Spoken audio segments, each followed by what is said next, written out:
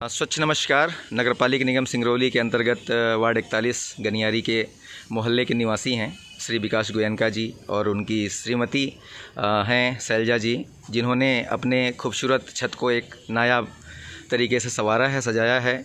इसकी सोच कहाँ से विकसित हुई, कैसे ये यहाँ तक इनकी सोच को सार्थक बना पाए, हम मिलना चाहेंगे गोयनका परिवार से। और सबसे पहले मैं नमस्कार करूँगा विकास गोयनका जी। स्वच्छ नमस्कार सभी दर्शकों को। हमें सिर्फ आप इतना बताएं सर कि ये जो डेवलपमेंट आपने किया है उसकी सोच कहाँ से मिली आपको और कैसे इसको आपने इस नायाब उदाहरण के रूप में प्रस्तुत किया जिससे बाकी शहर के लोग भी प्रभावित हैं, बताएं।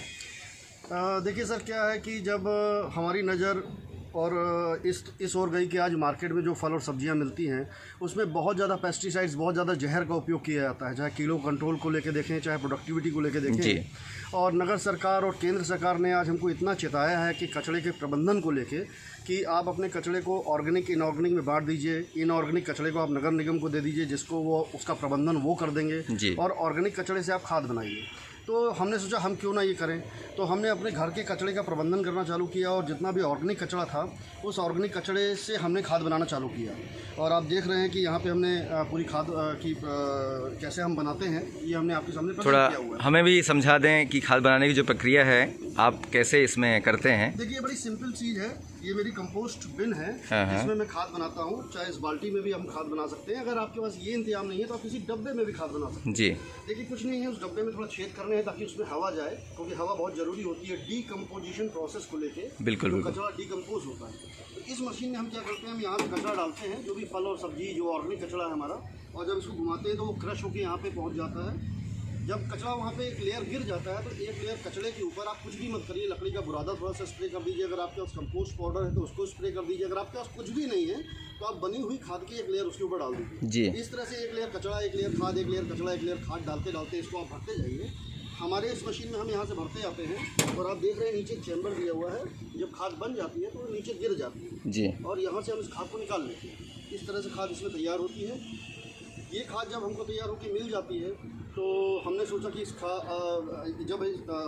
हमने देखा कि हमारी अनयूज्ड स्पेस कौन सी है जहाँ पे हम खुद ऑर्गेनिक सब्जियाँ उगा सकते हैं। हमारी नज़र हमारी छत पे गई, जो कि जनरली हम बहुत कबाड़ रख देते हैं और बहुत अनयूज्ड स्पेस होती है। हमने धीरे धीरे अपनी छत को डेवलप करना चालू किया और इस कचरे को इस खाद का उपयोग करते हुए आज हम विभिन्न तरह की सब्जियां और फल अपनी छत पे उगाते हैं, जिससे आप देखेंगे कि एक परिवार के स्वास्थ्य का भी ध्यान हम रखते हैं। और उसके साथ साथ आज घर के जो बड़े बुजुर्ग हैं, जब वो आके यहाँ पे काम करते हैं तो मॉरली भी उनको एक बहुत अच्छा सपोर्ट मिलता है जी। और इस तरह से हम एक अच्छा वातावरण, एक अच्छी ऑक्सीजन भी अपने लिए भी और दूसरों के लिए भी प्रोड्यूस करते हैं। विकास जी, हम जानना चाहेंगे अभी तक इसमें कितने प्रकार की सब्जियाँ और फल आप उगा चुके हैं? देखिए, विभिन्न तरह की सब्जियां उगती हैं सीजन के हिसाब से। जैसे अगर आप काउंट करने पे आएंगे तो आपको अभी भी मेरी छत पे करीबन 13 से 14 तरह की सब्जियां आप तोड़ सकते हैं, जो आप अपने किचन तक लेके जा सकते हैं जी। और करीबन 5 से 6 तरह के फल आप लेके जा सकते हैं। लेकिन विभिन्न तरह की अगर हम बात करें तो हम करीबन 30 तरह की सब्जियाँ यहाँ पे उगाते हैं और करीबन 14 से 15 तरह के फल हम यहाँ पर उगाते हैं जी। बहुत अच्छा। मैं मैडम आपसे जानना चाहूँगा, एक परिवार का जो बोले हैं कि एक सुपरविज़न होता है या फिर बोलें कि एक मॉनिटरिंग या एक जो हमारा सुखद अनुभव होता है, जब परिवार आपका ये छत पे आता है, आपकी माता जी हैं और बाकी बच्चे भी हैं, तो कैसा एक घर का माहौल क्या रहता है, एक गृहिणी से हम समझ सकते हैं, तो बताएं कृपया इसके बारे में। बहुत ही अच्छा एनवायरनमेंट मिलता है बच्चों को भी और बड़ों को भी जी, क्योंकि इतनी ग्रीनरी रहती है छत पे तो बच्चे भी एंजॉय करते हैं और हम लोग को भी इतना फ्रेश ऑक्सीजन और बहुत ही अच्छा एनवायरनमेंट मिलता है जी जी जी। तो बहुत मन को भी सुकून देता है और एक ताजगी भी मिलती है। मतलब एक तरीके से बोलें कि नेचुरल मेडिटेशन का सबसे बढ़िया जगह है ना। पौधों के बीच में आ जाएं, अगर आप छत पे आ जाइए तो चिड़ियों की चहचहाट और हल्की हल्की धूप और ये ग्रीनरी बहुत ही अच्छा एनवायरनमेंट देती है। चलिए, बहुत बहुत धन्यवाद। मैं अंतिम में बस ये आपसे चाहूँगा कि पूरे शहर के लोगों को और भी जो नागरिक हैं नगर पालिका निगम के साथ में मिलकर, या फिर हम बोलें कि एक जागरूक नागरिक की तरीके से आप क्या संदेश देना चाहेंगे जिससे और भी लोग प्रभावित हों और इस दिशा में आगे बढ़ें? विकास जी। बिल्कुल, एक संदेश भी देना चाहेंगे और एक ऐसे माध्यम से संदेश देना चाहेंगे।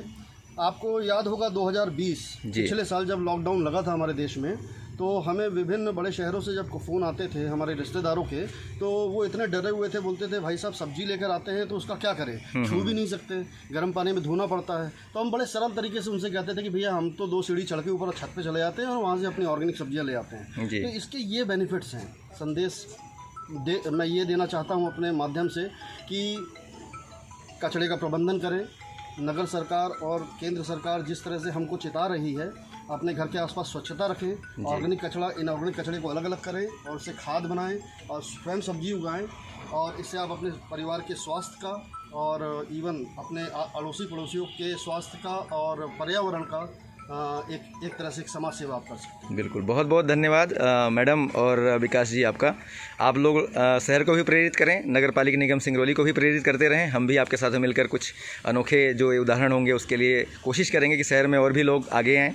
फ़िलहाल आपने शुरुआत करी थी, पहला छत था ये आपका, लेकिन आज मुझे लगता है करीब 15 के आसपास और भी जो रहवासी हैं उन्होंने अपनी छतों को डेवलप करना शुरू कर दिया है, होम कंपोस्टिंग करना शुरू कर दिया है, और कहीं ना कहीं ये आपका एक बहुत बड़ा इसमें योगदान है और आपने एक प्रेरणा दी है लोगों को। उसके लिए बहुत बहुत धन्यवाद नगर पालिका निगम सिंगरौली की तरफ से, और आपसे आगे भी सहयोग के लिए पूरी उम्मीद करेंगे।